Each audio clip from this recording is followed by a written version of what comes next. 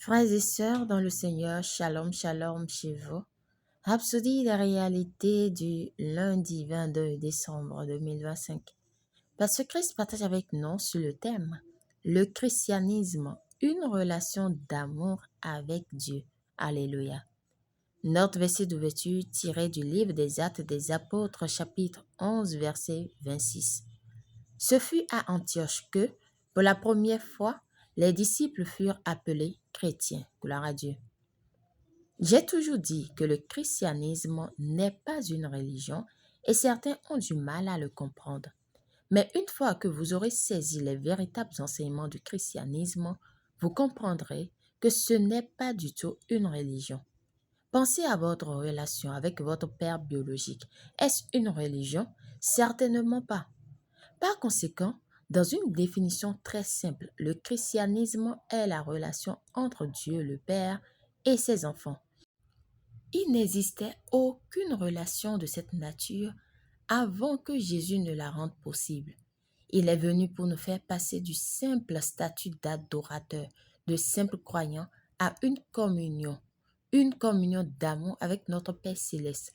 Il nous a emmenés dans une relation réelle et vitale avec Dieu. C'est une relation familiale. Alléluia. Éphésiens 3, versets 14 à 15 nous parle de cette famille. Certains sont au ciel et d'autres sur la terre. Cela vous aidera également à comprendre pourquoi le sacrifice rédempteur du Seigneur Jésus en notre faveur est si profond.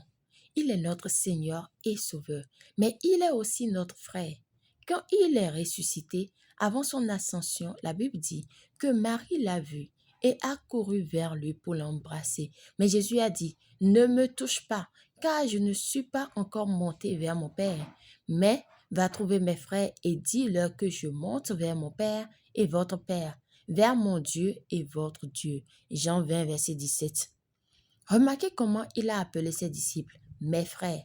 Avant sa résurrection, il les appelait serviteurs. Puis, ils ont été promus et il les a appelés amis. Je ne vous appelle plus serviteurs, mais je vous ai appelés amis parce que je vous ai fait connaître tout ce que j'ai appris de mon Père. Jean 15, verset 15. Mais après sa résurrection, qui est l'origine du christianisme, nous sommes devenus ses frères. Une autre écriture qui renforce encore davantage cette idée est Hébreux 2, verset 11. Il est dit, « Car celui qui sanctifie et ceux qui sont sanctifiés sont tous issus d'un seul. C'est pourquoi il n'a pas honte de les appeler frères. » Alléluia.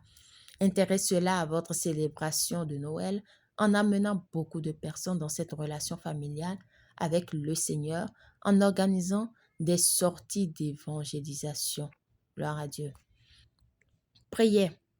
Cher Père, merci de m'avoir emmené dans une relation aussi glorieuse, intime et aimante avec toi. Je suis membre de ta famille divine, un avec Christ et héritier du royaume. Je vis dans la conscience de cette unité, marchant dans l'amour, la domination et la justice. Merci de m'avoir appelé tien et de m'avoir intégré dans ton plan éternel. Au nom de Jésus, Amen. Pour une étude approfondie, nous lisons Jean 1, verset 12, 1 Jean 3, verset 1 à 2, Romains 8, verset 16 à 17. À présent, nous aimerions vous donner l'opportunité de recevoir le Seigneur Jésus-Christ comme Seigneur et Sauveur de votre vie.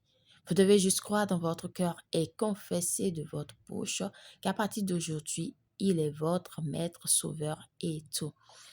Alors, si vous croyez déjà, nous vous invitons à faire cette prière de tout votre cœur et de manière à vous entendre. Dites, « Ô Seigneur Dieu, je crois de tout mon cœur en Jésus-Christ, Fils du Dieu vivant.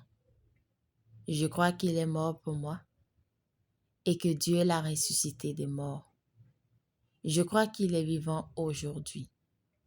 Je confesse de ma bouche que Jésus-Christ est le Seigneur de ma vie à partir d'aujourd'hui. Par lui et en son nom, j'ai la vie éternelle. Je suis né de nouveau. Merci Seigneur. d'avoir sauvé mon âme. Je suis désormais un enfant de Dieu.